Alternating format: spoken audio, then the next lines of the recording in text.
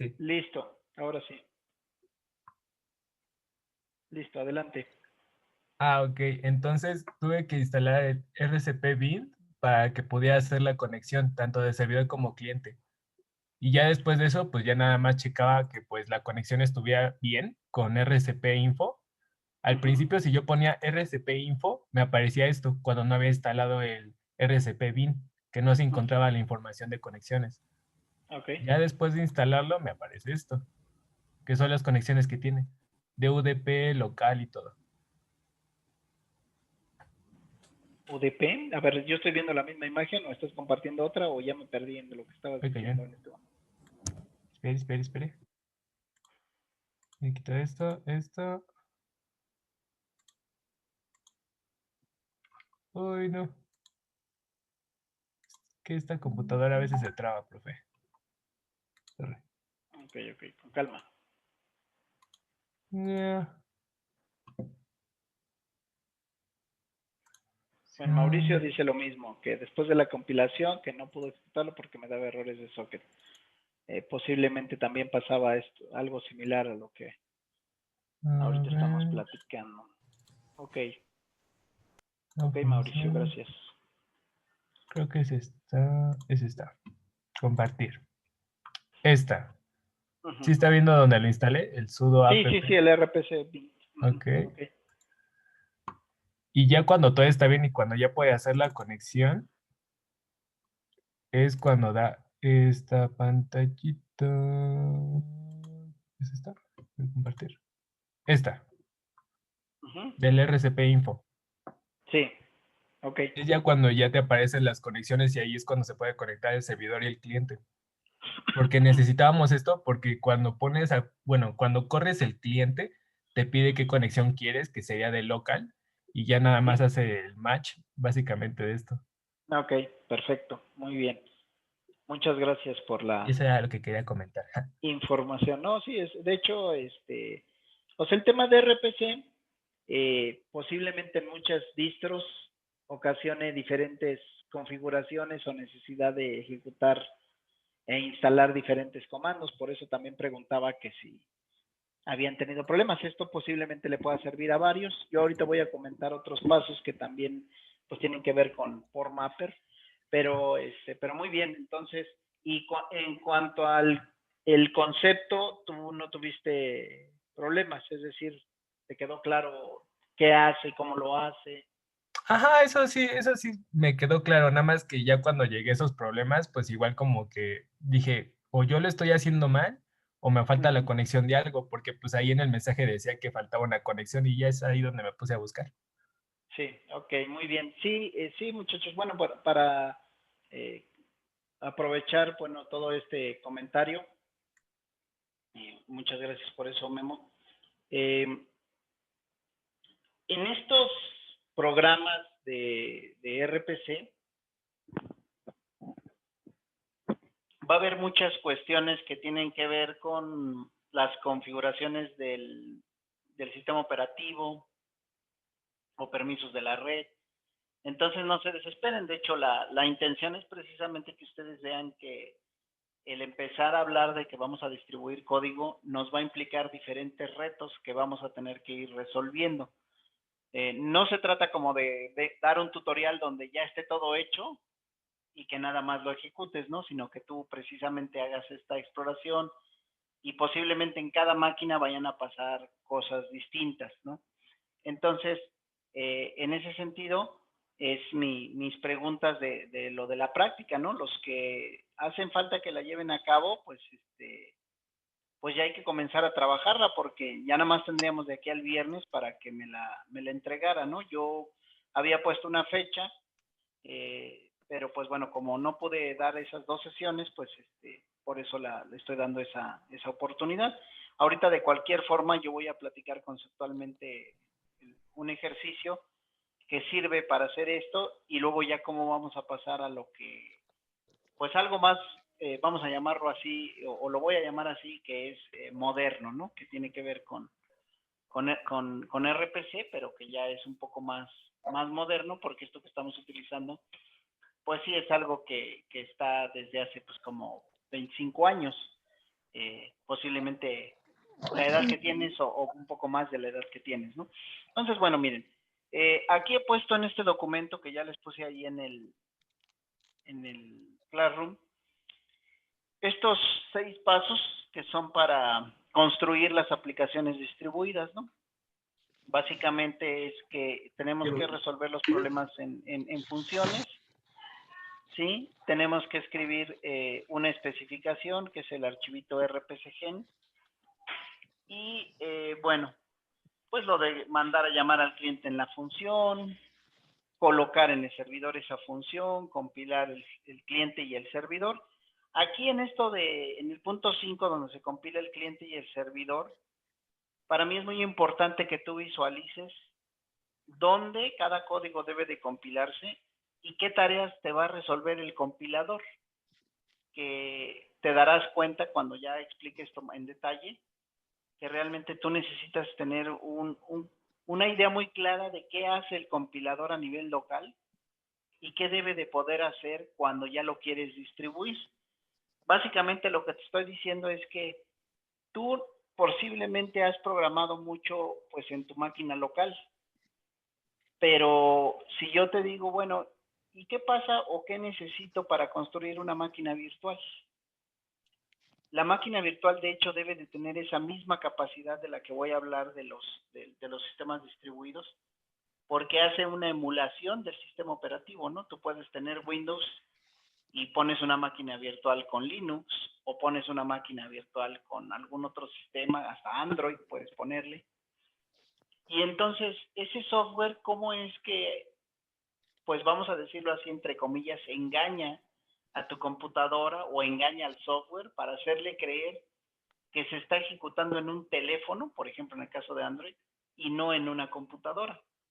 O una máquina Linux que se pudiese estar ejecutando sobre una máquina Windows, pero para él se está ejecutando sobre la máquina, pues obviamente de Linux, ¿no?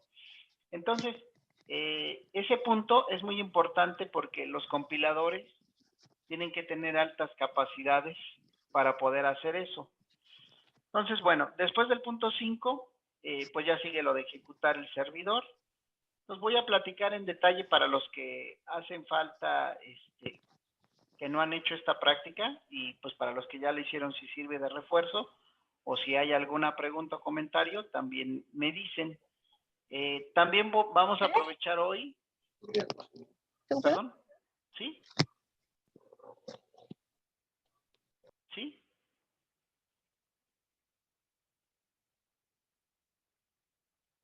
¿Todo bien? Bueno, escuché como que iban a preguntar algo. Ok, bueno, entonces continúo. Les decía que también el día de hoy vamos a aprovechar para, como tuvimos un break obligado por mí, necesito revisar cómo van ya en la asimilación de conceptos. Entonces vamos a hacer un pequeño test en línea, muy, muy básico. No es un examen, es simplemente para que yo pueda tener muy claro cómo vamos avanzando, si está quedando claro. Y bueno, ahorita cuando yo les diga, pues bueno, les pasaré la liga y lo van a hacer en línea. Es importante que ese lo terminemos antes de que termine la clase, porque lo voy a revisar pues precisamente en cuanto termine la clase, ¿no? ¿Sí? Bueno, vamos a revisar aquí paso a paso qué fue lo que se propone aquí, de acuerdo a estos 6 pasos, ¿no? Bueno, vamos a suponer que vamos a implementar la suma de 2 valores, ¿sí? Y a través de una función, dice, esto permitirá la distribución de la aplicación.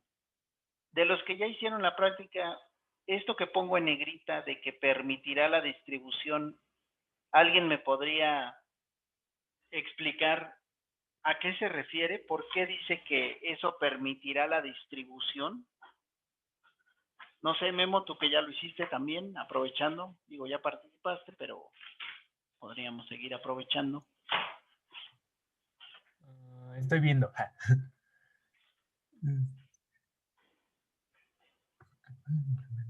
Sí, básicamente la pregunta es, dice, que implementa la suma de 2 valores, algo muy, muy simple, pero dice que es a través de una función. y dice que precisamente hacerlo a través de una función va a permitir distribuirla. ¿Por qué dice eso? ¿O a qué se refiere con eso? Va a ser como para, bueno, no estoy segura, para que lo podamos mandar a llamar en la otra, en el otro código, pues, aunque esa función esté en donde sea. Dice mi Ok. compañero Jonathan que es para la reutilización de código y se evite hacer siempre la misma función. Bueno, sí, bueno, digamos que eso es parte de una de las ventajas de este tipo de programación, pero entonces la pregunta que yo haría aquí, gracias por las respuestas, la pregunta que yo hago aquí es, entonces, si no hay funciones, ¿no es posible distribuir una aplicación? Es una pregunta para ustedes.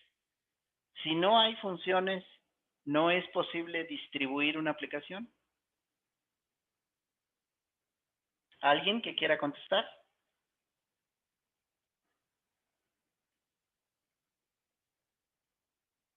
¿No?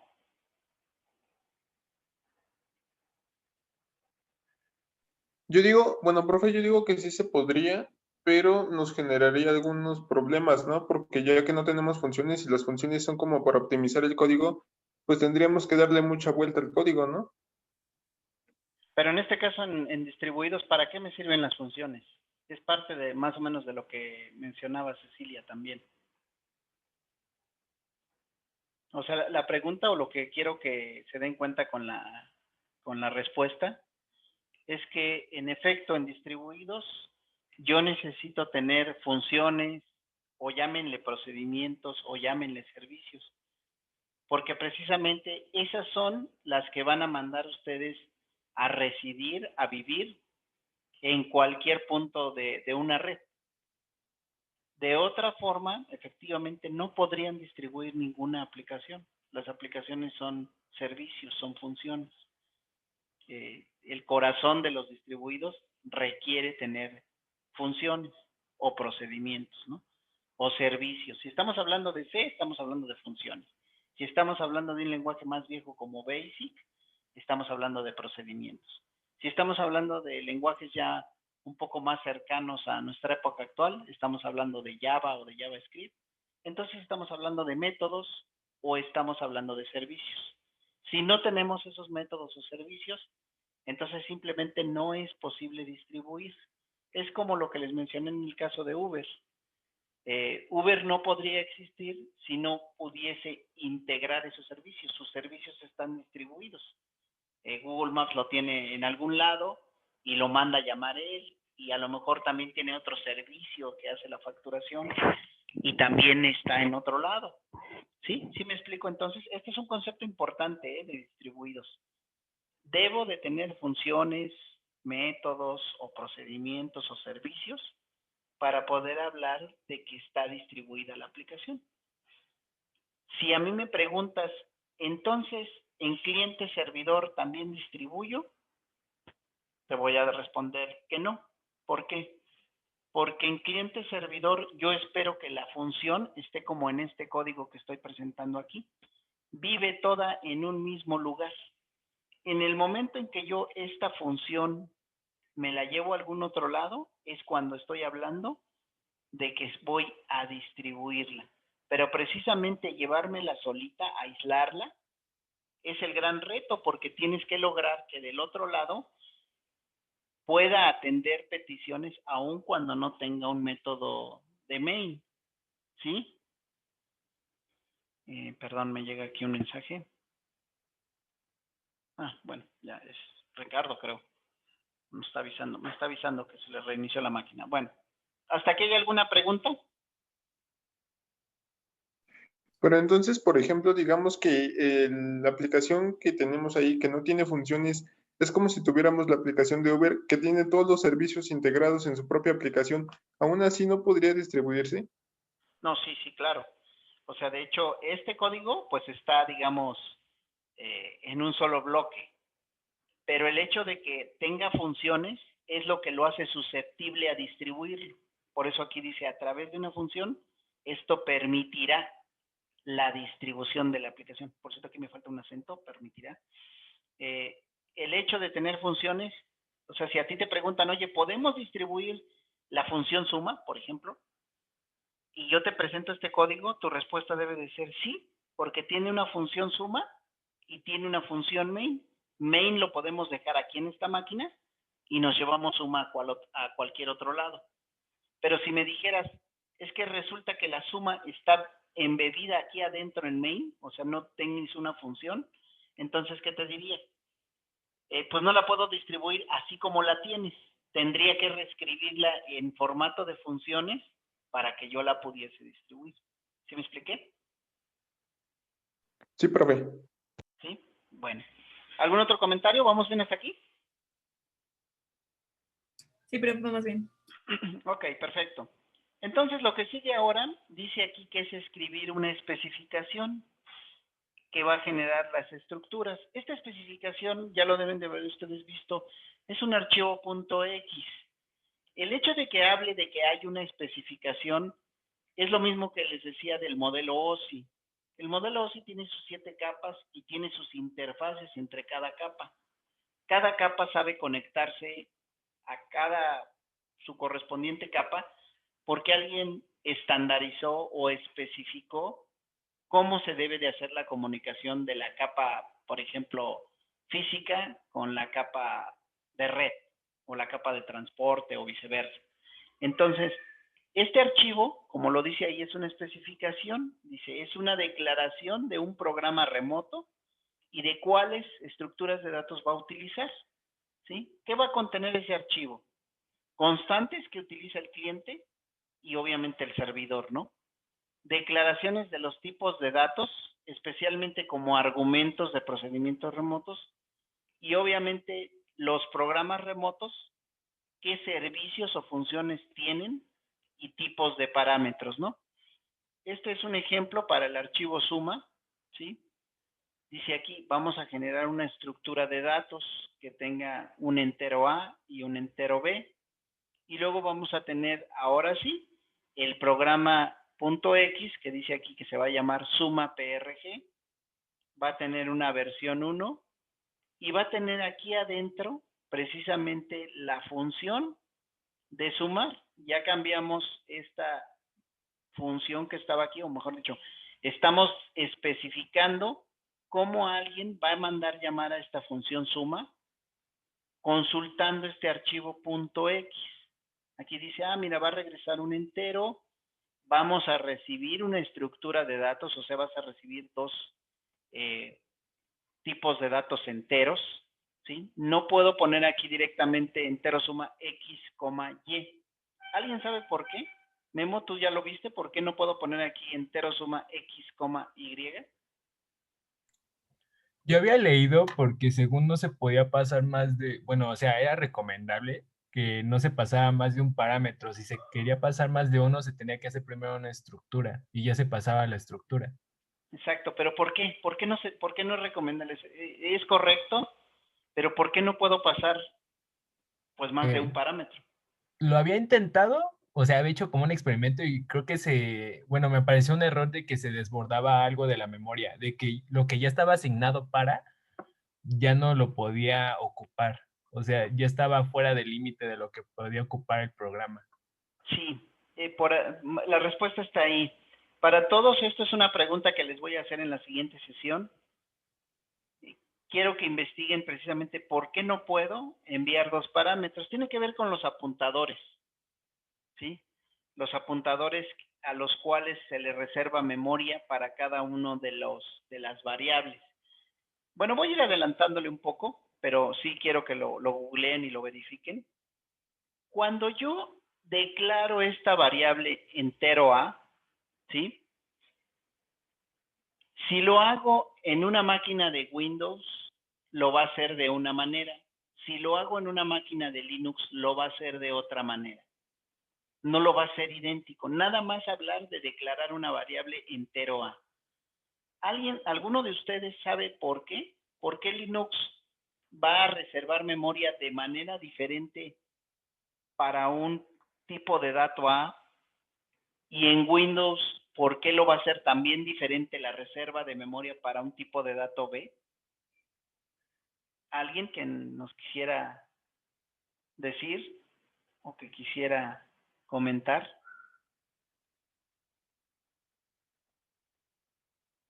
¿Tiene que ver algo con los bits? ¿Con los bits? Bueno, Ajá. sí, obviamente en Windows. Creo que es uno, ¿no? Ma- Y en Linux son 2. Sí, Algo sí, así. sí. Bueno, son 2 y 4 bytes. Ah, sí, Pero 2 y... ahorita no me estoy refiriendo, o mi pregunta no va en el sentido de decir, bueno, es que en Windows son 2 bytes y en Linux son 4 bytes.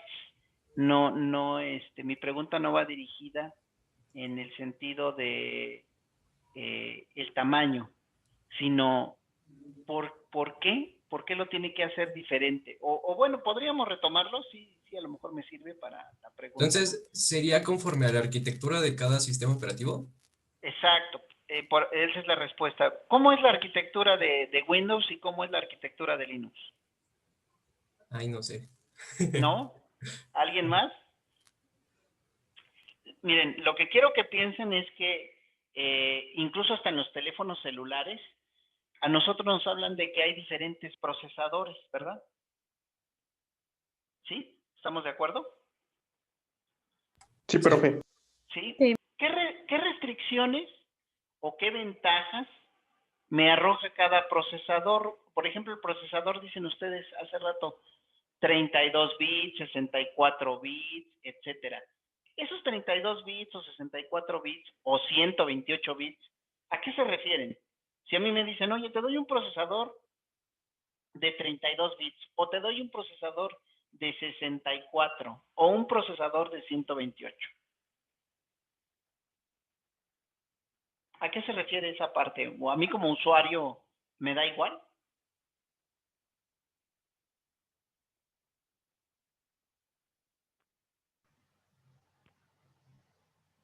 ¿No? O Es el les tamaño de la pregunto, palabra, ¿no? Que trabaja el procesador. el tamaño de 32 la bits. palabra, ok. Entonces, yo tendría un problema, ¿verdad? A eso iba. Si yo tengo un procesador de 32 y tengo del otro lado, o sea, vamos a pensar en el código del que estamos hablando aquí. Me regreso aquí. Yo tengo aquí una variable entera, por ejemplo. Voy a pensar en esta de aquí abajo para seguir el ejemplo. Entero A. Esta variable, si yo la declaro en una arquitectura que tiene un procesador de 32 bits, va a ser diferente si la declaro en un procesador o en un sistema que tiene un procesador de 64 bits. Entonces, ¿en qué me afecta que yo tenga los procesadores de diferente tamaño? Pues ya lo dijeron, el tamaño de la instrucción. No puedo reservar un entero en una arquitectura de 32 bits igual que en una arquitectura de 64 bits. Y entonces viene el gran tema que ya medio lo había platicado la otra vez. Si yo aquí lo declaro en Windows y vamos a suponer que el entero mide 2 bytes o vale 2 bytes, ocupa 2 bytes en memoria, entonces cuando yo lo quiera comunicar con el programa main, por ejemplo, que me lo llevé a una máquina de Linux, pues aquí sí se va a ver claramente que 2, pues sí va a poder caber aquí. Pero si lo hago al revés, que yo digo, oye, resulta que la función suma me la llevé a una máquina de Linux y aquí estos entero A y entero B valen 4, entonces ocupan, perdón, 4 bytes.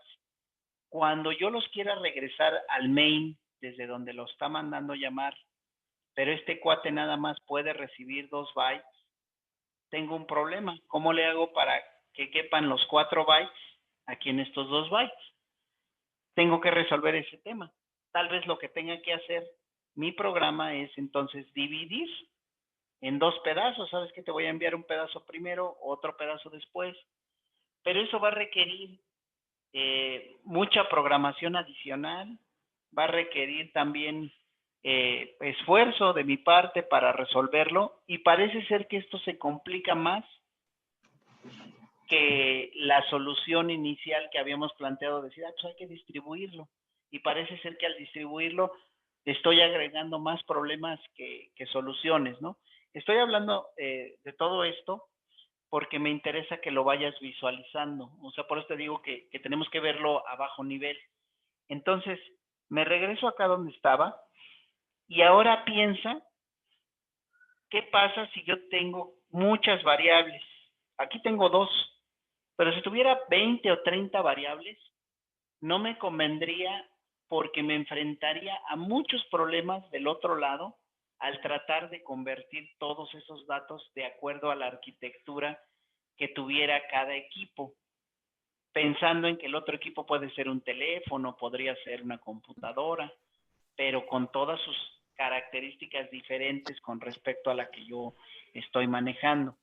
Entonces, por esa razón, Memo, es que nos piden que lo empaquetemos en una estructura para decir, ¿sabes qué? Todos van a ir juntos y eso te va a facilitar nada más asignar un apuntador de memoria a toda la estructura, que a lo mejor puede contener 10 tipos de datos diferentes, a que manejes 10 apuntadores para cada tipo de dato. Ahorita estos programas pues son muy sencillos, estoy hablando de un ejemplo de una suma. En el otro que está en la práctica pues es un número aleatorio. Pero piensen ustedes cuando ya hablemos de los servicios que he citado en el sentido de pago con tarjeta de crédito. Ya van muchísimos más datos. Y no esperaría tener que enfrentarme a todos estos problemas de una manera a bajo nivel. Digo, eso afortunadamente ya está resuelto. Pero ahorita en la materia a mí me interesa que veas todos los retos que implicó para las primeras generaciones que hicieron esto de distribuir el software, lograr precisamente ese sueño de que yo pudiese pagar con tarjeta de crédito desde mi teléfono o desde tu computadora o desde cualquier tableta o incluso, no sé, se oye un poco, yo lo veo un poco como inadecuado, pero podría ser que alguien dijera, pues yo quiero pagar desde mi reloj, ¿no? No lo sé. Tal vez más adelante con la automatización que estamos viviendo, pues eso sea algo muy cotidiano, ¿no? Yo ahorita lo veo así como innecesario, ¿no? O al menos en mi perspectiva personal. Pero entonces, sí me voy explicando entonces, muchachos, que por qué tengo que empaquetar los tipos de datos para precisamente no enfrentarme a más detalles adicionales cuando yo mande llamar a las funciones. Sí, profe. Sí, ok. Bueno, voy a continuar. Estos números que se le asignan a los programas, obviamente son números hexadecimales que se le asignan para identificación interna. Estamos hablando de bajo nivel, no estamos hablando a nivel de código como el de C, ¿sí? Y por esa razón esos identificadores son los que le sirven al sistema operativo para identificar quién eres. La vez pasada les había hablado de que aquí el programa, puedes pensar que esto diga Windows aquí, program Windows, y que aquí diga versión 7 o Windows 10. Sí, las versiones son, o sea, estamos hablando del mismo programa Windows, pero entendemos que hay diferentes versiones. Y en cada versión, las operaciones se van a hacer de manera distinta, porque posiblemente en Windows 7, bueno, no, ya en Windows 7 no, en Windows XP todavía había procesadores de 32 bits. Y cuando sale Windows 10, pues ya hay de 64 bits. Y entonces, aunque fuese la misma operación de suma, necesitábamos decirle a los servicios, oye, si te están hablando desde un procesador de 32 bits, vas a tener que utilizar la versión XP, por ejemplo. Pero si ya te están hablando unos 64 bits, entonces ve y manda a llamar a la versión 10. Cosas de ese estilo. Por esa razón también les platicaba que cuando tú tienes una actualización de Windows, te dice, ¿sabes qué? Vamos a actualizar. ¿Por qué? Porque reescribe todos estos archivos de especificación. O sea, cada servicio, oye, ¿sabes qué? Este servicio ya ahora ya no va a servir, o estamos agregando un servicio para smartwatch, o estamos agregando un servicio para una cámara IP.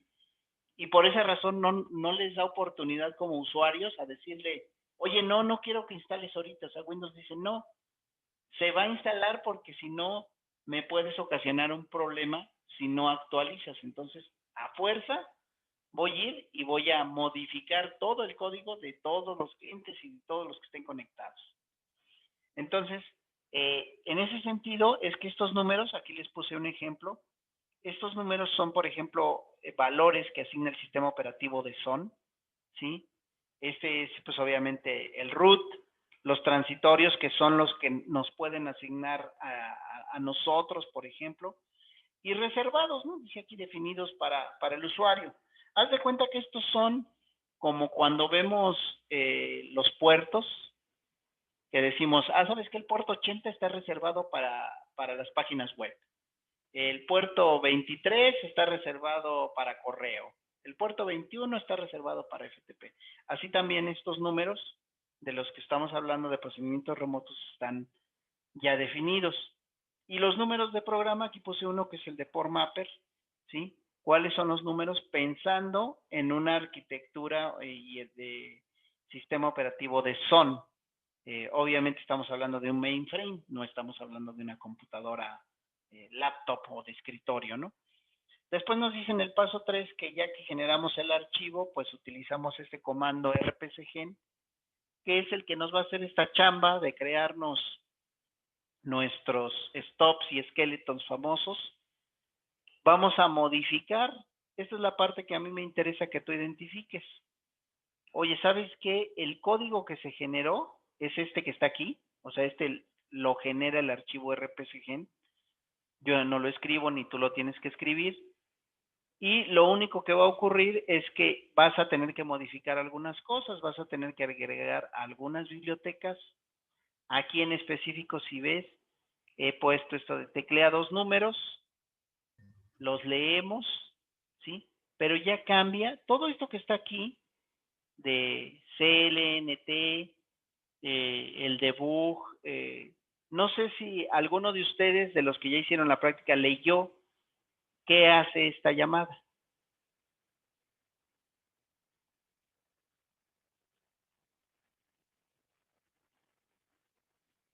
¿No, nadie? Muchachos, ¿sí están ahí? Yo no, profe. Ok, yo no. ¿Usted, Memo, sí lo leyó?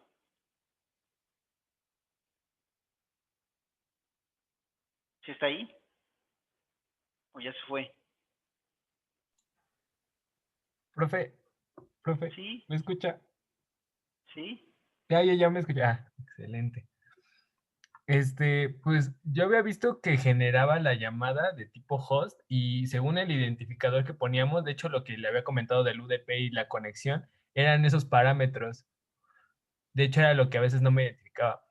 De creaste el punto X, bueno, el punto X, donde tienes tu función suma prog de 1 y con una conexión UDP. Uh-huh. Y eso es lo que yo entendí de eso. Pero no leíste la función en específico que hacía. Ponerle un man y que me pusiera más o menos qué era todo eso. No. Ok, muy bien. Bueno, miren, es la llamada al cliente, ¿sí? Vamos a llamarlo así. Ahorita no voy a detenerme mucho en esto del código. De hecho, este código, ya lo mencioné, es un código que lo genera el RPC, pero sí debo de entender las secciones. Tal vez, si me dices, no es necesario evaluarlo a línea por línea, pero sí debo de entender que aquí hay una estructura. Miren, ¿la estructura de quién? La estructura del cliente. Y esa estructura es precisamente la que voy a utilizar para hacer la conectividad. Si te fijas aquí, él ya estableció cuál protocolo y cuál host. Tú me podrías decir, entonces es igual que en el socket. Sí y no, porque esto tú no lo escribiste. O sea, él ya lo genera, obviamente con los parámetros que tú le proveíste a través del RPC.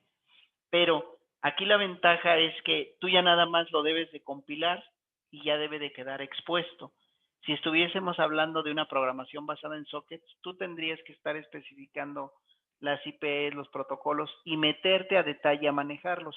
Aquí en esta llamada, en este apuntador a esta estructura, él ya lo hace automático. Lo que está en negritas es lo único que se agregó a este esqueleto que se creó automáticamente, ¿sí? Automáticamente al utilizar RPC, ¿sí? El viernes, como les dije, yo voy a probar este código, bueno, el de la práctica, lo voy a ejecutar y les voy a ir explicando ahí, sí, línea por línea, qué va ocurriendo para que tengamos una idea de qué está generándose, ¿sí? Aquí lo mismo, se genera en el servidor y en el servidor pongo lo que deba de ocurrir. Si te fijas, la función suma, aquí nada más la estamos, bueno, aquí le estamos pasando los parámetros, pero realmente el cambio que tuvo la función suma que vimos al inicio está aquí. Si te fijas, lo cambiamos para recibirlo por medio de apuntadores y simplemente decimos se regresa en una estructura de tipo, que en este caso se llama result. Aquí puse las pantallitas de cómo se debe de ver cuando ya lo ejecutas y que todo funciona pues de manera normal. Si alguien de ustedes, yo les pido que ahora sí tienen que hacer la práctica, como les dije, de aquí al viernes. Si alguno de ustedes tiene algún problema con su máquina para llevarla a cabo, ya voy a crear las sesiones en AWS, en Amazon, para que ahí también puedan ustedes arrancar sus máquinas virtuales.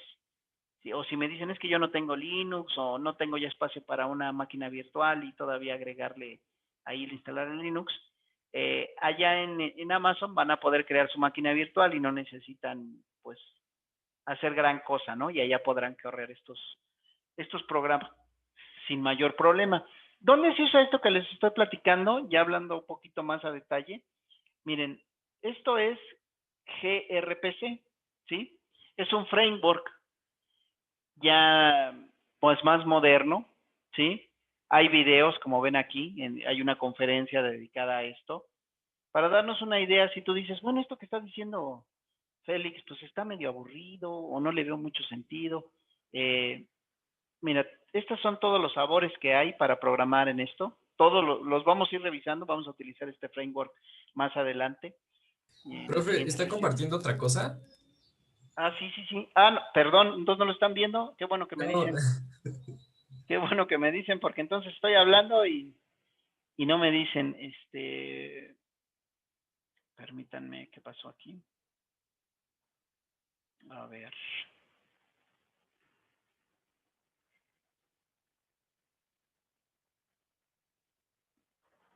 Ya está. Ok. ¿Sí ven mi pantalla ya? Sí, ya se Sí, ve. profe. Perfecto. Este es un framework que pues utiliza RPC. Hay una conferencia, ustedes le pueden dar clic aquí está, ¿no? grpc.io. Tienen incluso sus videos en YouTube. Todo esto que hemos platicado, ya ellos obviamente, ya en un enfoque muy moderno, lo han trabajado. Están todos estos sabores en C++, en Java, en Python, en lo que quieras. Tú te vas a cada sección y tienes ejemplos de código en C++. ¿No te gusta el C++? Te vas a ejemplos de código en Java. ¿No te gusta el Java? Pues te vas a ejemplos de código en Python. ¿Y quiénes son los que usan o aquí te dan la explicación? ¿Por qué tienes que usarlo, no? Pues dice, bueno, lo puedes ejecutar en cualquier ambiente, ¿no? Puede conectar servicios a través de data centers, ¿sí? Puede tener esto de balances de carga. Los balances de carga es un tema que vamos a ver más adelante, pero tiene que ver, por ejemplo, con cuando hay una petición masiva a Ticketmaster, porque hay un concierto muy importante, o porque estamos en una conferencia en Zoom y tenemos una gran cantidad de gente que se quiere conectar. Tenemos que hacer balances de carga, eso lo hacen los servidores, ¿sí? Bueno, estamos hablando de computación distribuida para conectar dispositivos, aplicaciones móviles, navegadores y servicios backend. Aquí viene todo su publicidad y pues hablar de todas las ventajas que tiene. ¿Quién lo usa? Pues para que haya una idea, ¿no? Creo que de aquí, si no creo que el que van a conocer todos, yo esperaría que conocieran 3 o 4, pero si no, pues creo que con este queda más que claro lo que les decía de mis ejemplos de videos, y que ya llegaremos ya pronto, ya muy pronto a nuestro ejemplo de Netflix, para hacer nuestro propio Netflix. Pero si le quieren ir dando un vistazo, pues vale mucho la pena, ¿eh? Es un entorno moderno. Seguimos hablando de trabajar en terminal, ¿eh? No estamos hablando aquí ya de trabajar en un ambiente web, pero te va a dar mucha más idea con todo esto que te he platicado para que tú incursiones en esta parte, ¿no? ¿Sí? ¿Dudas o preguntas, comentarios hasta aquí? Entonces, digamos que el RPC es como el antecesor de un Docker, algo similar. Sí, buen comentario. ¿Nos puedes decir qué es un Docker? Pues son contenedores, encapsulas una aplicación para correrla en cualquier distribución, por así decirlo, y que pueda funcionar en diferentes escenarios y pues no haya problemas de compatibilidad. Ajá. Un ejemplo que nos des de algo que use Docker como nosotros como usuarios, que no fuéramos programadores, que no estuviéramos estudiando telemática, que te dicen, bueno, dame un ejemplo de un Docker. Ay, güey, no sé. eh, O sea, fuera de la industria. Sí. O sea, bueno, te digo, haz de cuenta que viene un sobrino tuyo, un niño de 12 años, y te dice, oye, ¿qué es un Docker? Digo, esta explicación que me diste ahorita es correcta, pero no es la que le darías a un niño, ¿verdad? Tal vez se quedaría igual. Pues tal cual como los contenedores que están en las, que se utilizan para transportar cosas, tal cual. Entonces los apilas, los vas apilando, ¿no? Y se van haciendo como que ciertas regiones y siempre van a tener una forma y los puedes poner en otro lado. Por ejemplo, ¿podríamos hacer con Algo así. Docker algo como Uber? ¿Como una app de Uber? Pues se debe de poder. Sí, ¿no? Sí podemos. O sea, esto de lo que estamos hablando de RPC, como les decía, es el abuelito de lo que ustedes hoy usan en la nube. Obviamente, cuando uno platica de esto, pues como que no es muy atractivo para muchos porque dicen, es que yo prefiero mejor utilizar algo actual. Pues sí, pero te reitero, estás en una carrera de ingeniería y las carreras de ingeniería son para que tú aprendas a construir las cosas, no para que aprendas a manejarlas. Por supuesto, hay muchos ingenieros que se certifican, que son muy capaces, incluso pues egresados de tele, que trabajan en esa parte, ¿no? De usar las cosas. Pero recuerden ustedes que nuestra misión en el Politécnico específicamente es formarte para que tú puedas construir cosas, ¿no? Que no seas nada más, insisto, un usuario de las mismas o alguien que sea muy diestro en tecnologías y herramientas. Pero obviamente nuestro mercado actual, yo comprendo perfectamente que no hay forma de que me digas, oiga, profe, pues sí, se oye padre, pero yo nunca he visto que pidan un ingeniero especialista en RPC para trabajar, por ejemplo, en Netflix, ¿no? O para trabajar, por ejemplo, en YouTube. Pues sí, tienes razón, ¿no? Esos empleos están difícilmente publicados en LinkedIn. Tal vez nada más pasan de voz a voz en recomendación ya cuando tú ingresaste a la empresa. Y que obviamente me vas a decir, bueno, es que para ingresar a Netflix, a Facebook, a YouTube, pues tiene que ser por otra vía y manejando estas tecnologías un poco más recientes. Sí, estoy de acuerdo, pero reitero, mi misión también como profesor pues es explicarte nuestra visión politécnica que tenemos de generar personas que pudieran construir cosas para nuestro país, ¿no? O sea, decir, oye, bueno, y si yo quiero hacer mi propio Netflix, ¿qué tendría que hacer? Ah, bueno, pues entonces mira, pues te tienes que enfrentar a todos estos retos que estamos platicando. Y es un proyecto mínimo de 10 años, mínimo, ¿eh? No hay forma de que sea menos. Tú lo puedes ver incluso, si ves la historia, por ejemplo, del creador de Zoom. Zoom, estoy hablando obviamente, de este software con el que ahorita estoy dando clase. Si tú revisas su historia, él trabajaba en Webex, el otro software que es también para videoconferencia, y él propuso hacer los clientes móviles. software para clientes móviles, y al parecer no recibió como pues un banderazo de salida, como de decir, sí, vamos a hacerlo. Y entonces él decidió irse y fundó Zoom, y 10 años después, pues bueno, ya se consolidó y pues hoy ven lo que es, ¿no? Y así hay muchos ejemplos. Igual si tú ves la historia de los grandes, son proyectos de muchos años, no son proyectos que digas, ya salí, ahorita me pongo a hacerlo y mañana o dentro de un año ya estoy viendo los resultados. No es así de simple, ¿no? Obviamente, ni en todos los casos vamos a ver cosas tan grandes como crear un Netflix, ¿no? O crear un YouTube. Ojalá que sí, ¿no? Yo sería de los primeros que me encantaría que algo así ocurriera, y que pues es también parte de mi visión personal cuando doy estos cursos, de empezar a que tú descubras si tú te puedes dedicar a esto de emprender este tipo de cosas, y si no, pues simplemente que te lleves eso, ¿no? Que te digas, bueno, pues sí lo vi, pero no me llamó la atención, no llenó mi corazón. Yo más bien quiero ir hacia la parte de front-end, o quiero ir a la parte de las certificaciones para manejar lo que vamos a ver, por ejemplo, en Amazon Web Services, ¿no?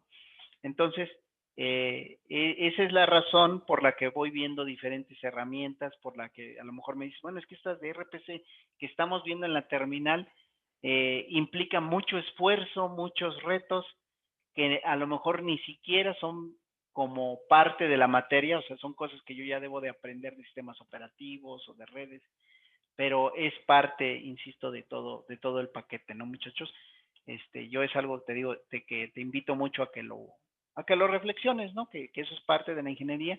Es mi visión personal, por supuesto. No quiero decir que esa sea la genérica o la universal. Cada profesor tenemos nuestra visión, y yo estoy, pues, con la obligación de compartírtela, de expresártela, y obviamente tú eres quien va a ir tomando sus decisiones de decir, bueno, pues estoy viendo todo este campo, todo esta área que me están presentando diversos profesores, y pues yo le voy a ir dando por aquí, ¿no? Porque parece interesante. Entonces, por hoy, muchachos, voy a dejar esta parte de lo de RPC. Voy a proceder a publicar la tarea, ¿sí? Está allí en tareas, les dije, una pequeña evaluación que necesito que hagamos, bueno, que necesito que ustedes revisen. Es una sección que se llama evaluación simple, ¿sí? Es un cuestionario en línea. Obviamente vas a tener que poner tu nombre, tu apellido, para que yo pueda observar, pues, obviamente los resultados, ¿sí? Aquí te lo voy a poner también en el chat para que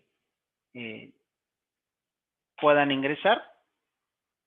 Entonces, son 7, 8 preguntas, ya no recuerdo, fueron 8 o 9, pero son muy simples. Procura responderlas con lo que tú ahorita has comprendido en la materia. No googlees, no copies y pegues cosas de otros lados. Lo que me interesa es revisar si estoy teniendo éxito en transmitirte lo de distribuidos, y me va a servir para ver cómo seguir enfocando esto del curso, ¿sale? Entonces, los dejo de aquí a que termine la sesión. Es media hora. Yo creo que estas preguntas las puedes resolver en 10 minutos. Y los vería el viernes, muchachos, donde, insisto, voy a mostrar la ejecución la explicación del código generado paso por paso, y ver los resultados. Los que ya lo hayan hecho y que no consideren necesario entrar a la sesión, pueden omitirla, y nos veríamos hasta el lunes, ¿no? Pero el viernes revisamos esto del código de la práctica 4, ¿ok? De acuerdo, profe. Sí, profe. Sí, solamente tienen hasta las 4, porque después se va a desactivar el test, por eso me estoy yendo ahorita. Son 3:30, les digo, yo calculo que en 10, 15 minutos cuando mucho la podrán contestar. No tiene un impacto en tu calificación, reitero, pero también te va a ir dando una idea de cosas que puedo ir preguntando, ¿no? Más adelante, ¿sale? Profesor. Sí, bueno, ok, muy bien, muchachos, pues entonces, los dejo, voy a cerrar la sesión y procedan a hacer el examen, ¿ok? Ok, Sí, perfecto. profesor. Sí, profe. Bueno, que tengan buena tarde. Hasta luego. Igualmente, profe. Igualmente, hasta luego. Hasta luego. Igualmente. Gracias, Dan.